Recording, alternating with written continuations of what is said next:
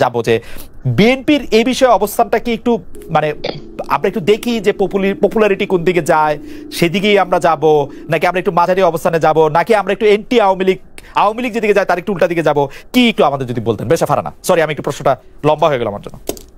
খালেদ, আপনাকে অসংখ্য ধন্যবাদ। বামপন্থী কিছু সংগঠন আপনারা জানেন যে কিছু প্ল্যাকার্ড হাতে দাঁড়িয়েছিল এবং তারা শোভাযাত্রায় অংশ নিয়েছে প্ল্যাকার্ড হাতে। সেই প্ল্যাকার্ডে লেখা ছিল ডিজিটাল সিকিউরিটি অ্যাক্ট বন্ধ করো, সেই প্ল্যাকার্ডে লেখা ছিল কথা বলবার স্বাধীনতা চাই, ভাত নাই, চাল নাই, ইলিশ খাবো কোথা থেকে, ইত্যাদি ইত্যাদি। অর্থাৎ তাদের যা অভাব অভিযোগ সেই লেখা ছিল প্ল্যাকার্ডে।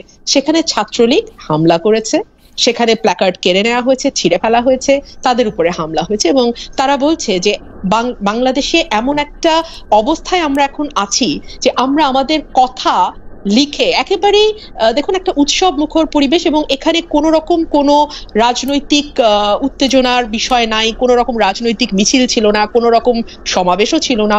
এটা একেবারেই সবার সঙ্গে মিশে গিয়ে তাদের কথা তাদের মতন করে লেখা। সেখানেও কিন্তু হামলা করেছে ছাত্রলীগ। অর্থাৎ আমি এটা এ কারণেই বলছি যে আমাদের কথা বলার জায়গা বা স্পেস কতটা সংকুচিত হয়ে গেছে। ভিন্ন মতকে সহ্য করবার কিংবা ভিন্ন মতেরও দরকার নেই। ধরুন যে মতটি আপনার পছন্দ হচ্ছে না, এটুকু হলেই যথেষ্ট, ভিন্ন হওয়ারও দরকার নাই। আপনার জন্য অস্বস্তিকর বা আপনার জন্য অপছন্দনীয় কোনো মন্তব্য আপনি এখন আর নিতে পারছেন না। বেশা ফারানা, একটা প্রশ্ন করতে পারি?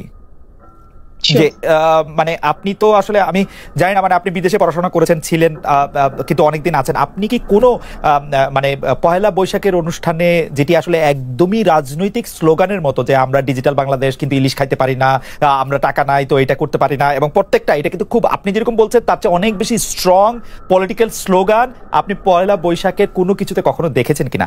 দেখা উচিত কি উচিত না সেটা অন্য কথা, মানে এইবারই এটা মানে এটা আমাদের এটার সঙ্গে খুবই অভিনব। হ্যাঁ, খুবই অভিনব, কিন্তু কোন অভিনব প্রতিবাদ কি হতে পারবে না খালেদ বাংলাদেশে? খুবই হতে পারবে। আমি বলতেছি আমার পয়েন্টটা সেটাই যে অভিনব, নিশ্চয়ই অভিনব। আমি পহেলা বৈশাখের যখন আমার মা সুস্থ ছিলেন, আমার 91 থেকে 96 স্মৃতি আমি বলছি, আমি প্রতি বছরই আমার মাকে নিয়ে যেতাম, আমার মা আমাকে নিয়ে যেতেন, মা আমাকে নিয়ে যেতেন। তো আমরা পারিবারিক ভাবেই এই দিনগুলো পালন করতাম, কিন্তু ধীরে ধীরে দেখলাম যে এত বেশি লোক সমাগম হচ্ছে এবং এত খরতাপ যে আসলে আমাদের আম্মারও বয়স হচ্ছে, সুতরাং আমাদের পক্ষে আর এটা কন্টিনিউ করা সম্ভব হয়নি। সে কারণেই আমি বলছিলাম যে এই যে বিএনপির সময়ের কথাটা তুললেন সুভাষ দা, 91 থেকে 96 কিন্তু আমরা রেগুলার গিয়েছি, কোনোদিন আমরা কোনো বাধার মুখে পড়িনি। পরে যখন 96 থেকে 2001 আওয়ামী লীগ সরকার আসলো, তখন আপনার নিশ্চয়ই মনে আছে রমনা বটমূলে বোমা হামলা হয় এবং তারপর থেকে মূলত আমরা পিছিয়ে গেছি। আমাদের পরিবার পার্সোনালি পিছিয়ে গেছে, আমরা আর সাহস করিনি এরপরে কয়েক বছর যাওয়ার। তারপরে কিন্তু 2001 থেকে 2006 ঠিক পালন হয়েছে রমনা বটমূলে প্রোগ্রাম, কোনো প্রবলেম হয়নি। মুশকিলটা হচ্ছে কি এখন আমি দুটো চরমপন্থী দল লক্ষ্য করি। সরাসরি সম্প্রচার বন্ধ হওয়ার ব্যাপারটা আপনার জানা আছে কিনা? আমি এটুকু বলতে পারি যে দুটো খুব চরমপন্থী গ্রুপ আমি দেখতে পাই, যেহেতু এখন ফেসবুক, সামাজিক যোগাযোগ মাধ্যমের কল্যাণে সহজেই কিন্তু আপনি বুঝতে পারেন যে আসলে সোসাইটি কি ভাবছে, কমন পিপল কি চিন্তা করছে। আমি দেখি দুটো এক্সট্রিম গ্রুপ। একটা গ্রুপ বলছে এটাই করতেই হবে, এটা না করলে আমি বাংলাদেশি জাতীয়তাবাদে বিশ্বাস করি না, আমি বাঙালি সংস্কৃতিতে বিশ্বাস করি না, আমি সংস্কৃত মনা না, আমার রুচির সমস্যা আছে, এটা আমাকে করতেই হবে। আর আরেক দল বলছে এটা করার মানেই হচ্ছে আমি ভীষণভাবে ধর্ম বিদ্বেষী, আমার বাংলাদেশে বাস করবার কোনো অধিকার নেই, আমি মুসলমান না। এই যে দুটো ভয়ঙ্কর চারপাশে দেখি, এই দুই দলের কোন দলে বিলং করে বিএনপি? এই দুই দলে আপনি কিন্তু বিএনপির মহাসচিবের বক্তব্য একটু আগে নিজে পড়ে শুনিয়েছেন, কোট করেছেন। আপনি বলেন বিএনপি কোন দলে বিলং করে? বিএনপি কোন দলে বিলং করে না। কিন্তু আপনি বলছিলেন যে এই দুই দলই আছে। আপনি যদি বলতেন তিন দল আছে তাহলে আমি বুঝে নিতাম যে এটা বিএনপির দলটা একটু আলাদা। আমি ভাবছি যে বিএনপি ওই দুই দলে কোন একটা দলে ইনক্লুডেড না। আমি রাজনীতির বাইরে দুটো দলের কথা বলছি, দুটো ভীষণ শক্ত মতের দুটো দল, যারা পরস্পরকে শত্রু মনে করে এবং যারা পরস্পরকে সঠিকতম মনে করে, মানে সে নিজেকে সঠিকতম মনে করে, অপর প্রান্তে যে আছে সে হচ্ছে একদম ভুল। সেটা সুভাষ সিংহ রায় বলতে পারে, আমি ঠিক জানি না। তবে আমি এটুকু বলতে পারি যে বিএনপি ডানের বাম, বামের ডান, বিএনপি মধ্যপন্থী দল এবং বিএনপির মহাসচিব আজকে যেই বক্তব্যটি দিয়েছেন সেটা আমিও পড়েছি, আপনারাও পড়ে শোনালেন, আমি মানে রিপিট করছি না, ওটাতেই খুব পরিষ্কার যে আমরা কিভাবে বছরকে স্বাগত জানাই। আর একটা কথা আমি ওবায়দুল কাদেরের বক্তব্যের জবাবে একটু বলতে চাই, যদি আমাকে সুযোগ দেন। ওবায়দুল কাদের সাহেব বলেছেন 17 বছর ধরে আমরা সাম্প্রদায়িকতার বিষ বাষ্প ছড়িয়েছি।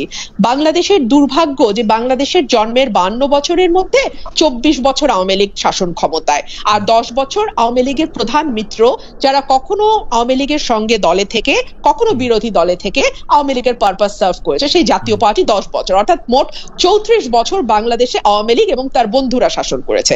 তারপরেও বিষ বাষ্প তারা সরাতে পারলো না।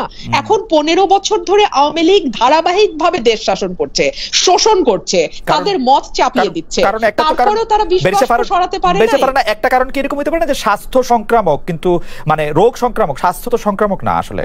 আপনি ক্ষমতায় থাকেন না না থাকেন, যে বিষ বাষ্পের ব্যাপারটা তো আসলে মানে মানে আপনি ক্ষমতায় থাকেন না থাকেন সেটা তো আসলে ব্যাধি সংক্রামক।